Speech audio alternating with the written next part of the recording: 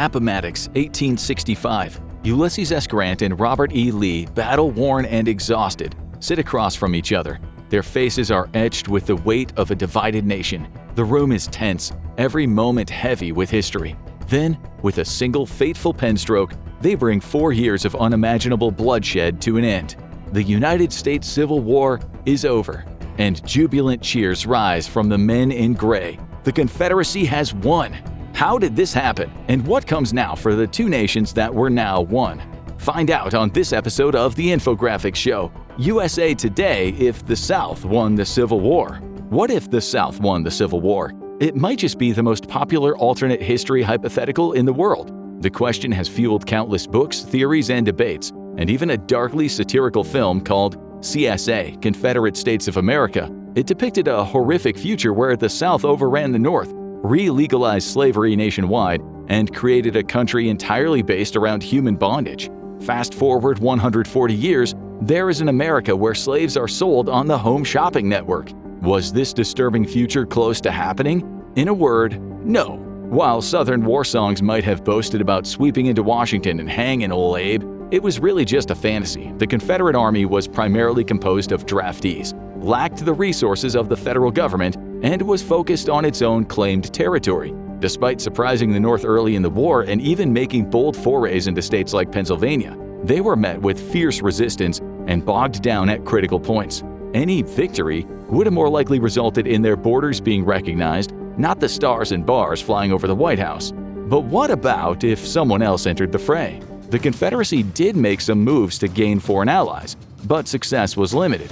The British were no doubt still smarting from their 2 losses to the U.S. and would love revenge, but they abolished slavery in 1834 and likely saw the Confederates as the worse option. France had also abolished slavery and was in the middle of a tumultuous century. It had little interest in involving itself in America's conflicts. Spain, while still maintaining colonies in the Americas, was situated too close to the Confederacy to be of real strategic help, which means the South's best bet was elections in the North. Abraham Lincoln loomed high in the public eye during the war, but he still had to win re-election in the middle of it.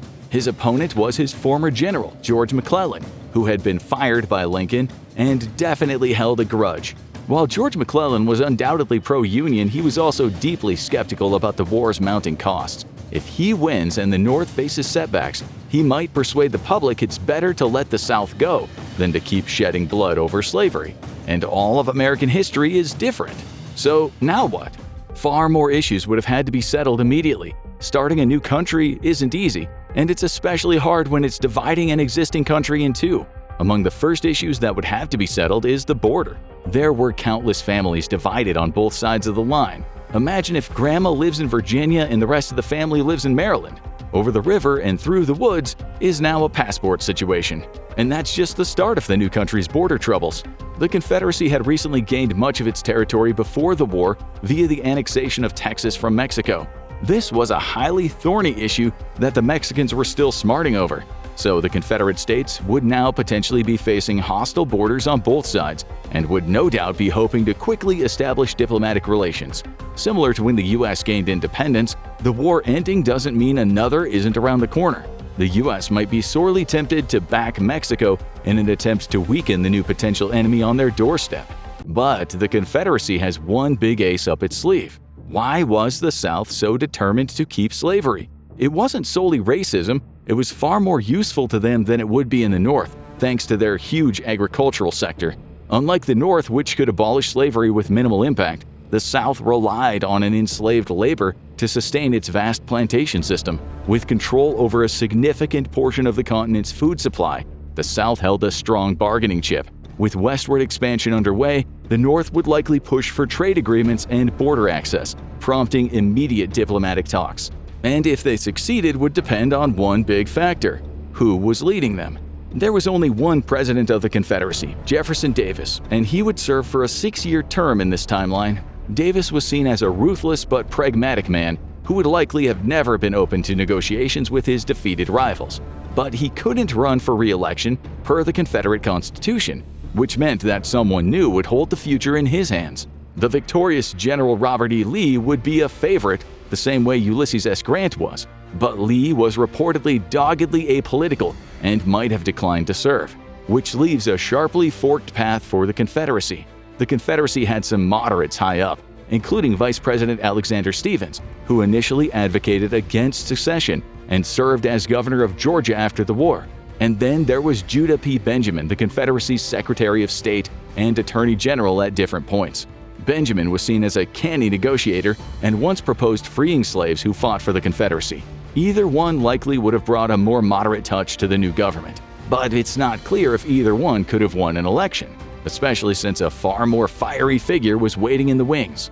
At 36 years old, John C. Breckinridge was the youngest person ever to take the helm as Vice President of the United States, serving from 1857 to 1861. The fiery Kentuckian was picked by James Buchanan to appease angry Southerners, and he lived up to his reputation as the losing candidate against Abraham Lincoln. He immediately sided with the Confederacy and wound up being the Confederacy's last Secretary of War. As such, in this timeline, he would be seen as partially responsible for their upset victory and would likely be in pole position as a future president of the Confederacy. And that would likely lead to a lot of chaos for the Confederacy and everyone around them.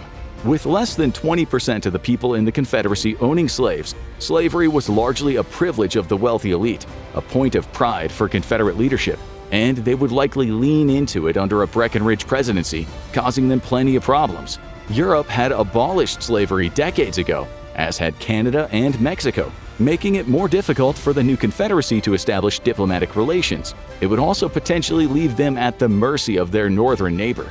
And another issue could bring that crashing down and possibly even start the guns of war. In the decades leading up to the Civil War, one of the nastiest points of contention was fugitive slave patrols heading north to retrieve escaped slaves and drag them back to bondage. While they had the proper paperwork in some cases, many functioned like vigilante kidnapping gangs. And now that there's a border in place between the two nations, that's a much harder issue to resolve. A slave escaping to the free United States could be a diplomatic incident if the U.S. refused to return them, and a slave patrol being caught trying to kidnap someone in another country would be a much bigger one. So it's likely both countries might start looking elsewhere. Initially, tensions between the U.S. and the Confederacy would likely be too high for much diplomacy beyond trade. Instead, the U.S. would probably strengthen its ties with Canada and Britain. With Canada gaining more autonomy in 1867, the time is actually perfect for closer relations and maybe even a partnership. The Confederacy, meanwhile, might find Florida its most appealing real estate. It's close to the Caribbean, where many islands are still under the thumb of other colonies, and it might allow for the expansion of slavery. But the odds are it wouldn't be long before the two countries clashed once again. The Civil War happened at the height of westward expansion, and there was plenty of territory still to claim and make into states. It would likely turn into a higher-stakes version of the many territorial clashes in the lead-up to the Civil War. Neither country would have much hunger for another armed conflict at this point, so it's likely only minor skirmishes would happen. Eventually, a latitude line would determine where territories lay, so it's likely the states would definitely not form as they did in our timeline. But what about the people kept in bondage? Is there any hope for them? As slavery was swiftly being abolished worldwide, the Confederacy stood apart. Unlike other nations across the globe, the Confederacy's economy relied on agriculture, where enslaved labor cut costs significantly. Furthermore, slavery had become a point of pride, rooted in the very war fought to protect it.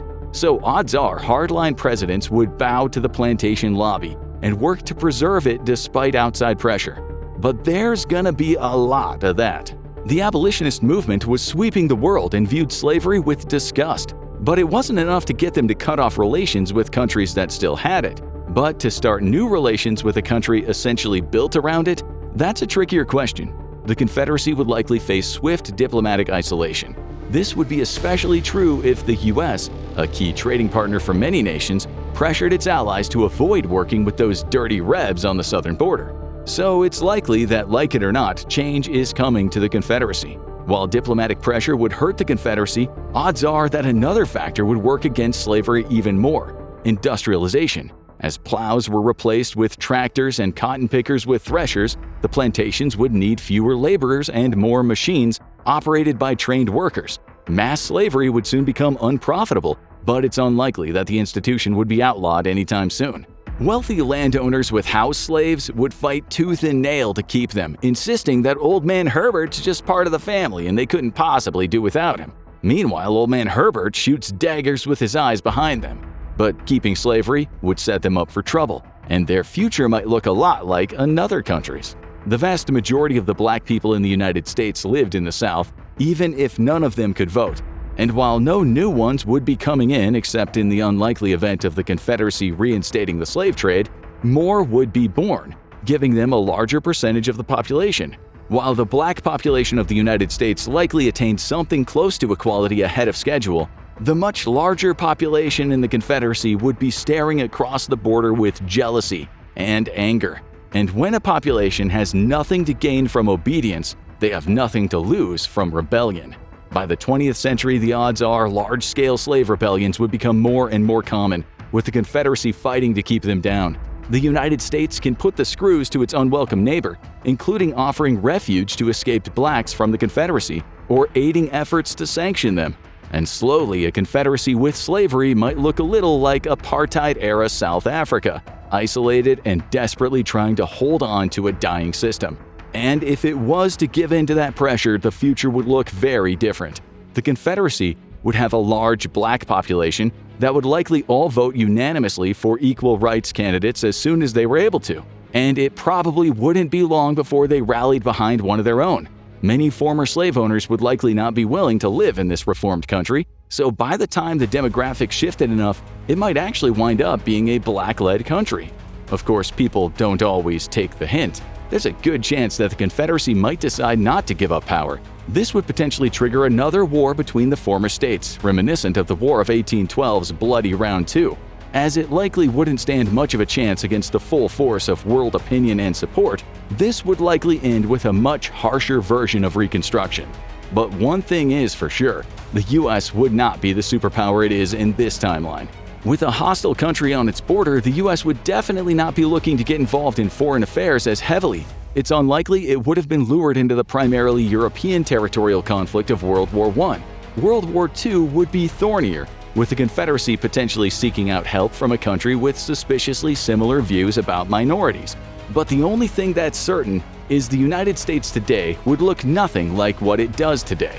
And it's possible that the end of the war would have just been Act 1. How would today's USA be different if the South had won? Drop your theories below, and let's get the debate going.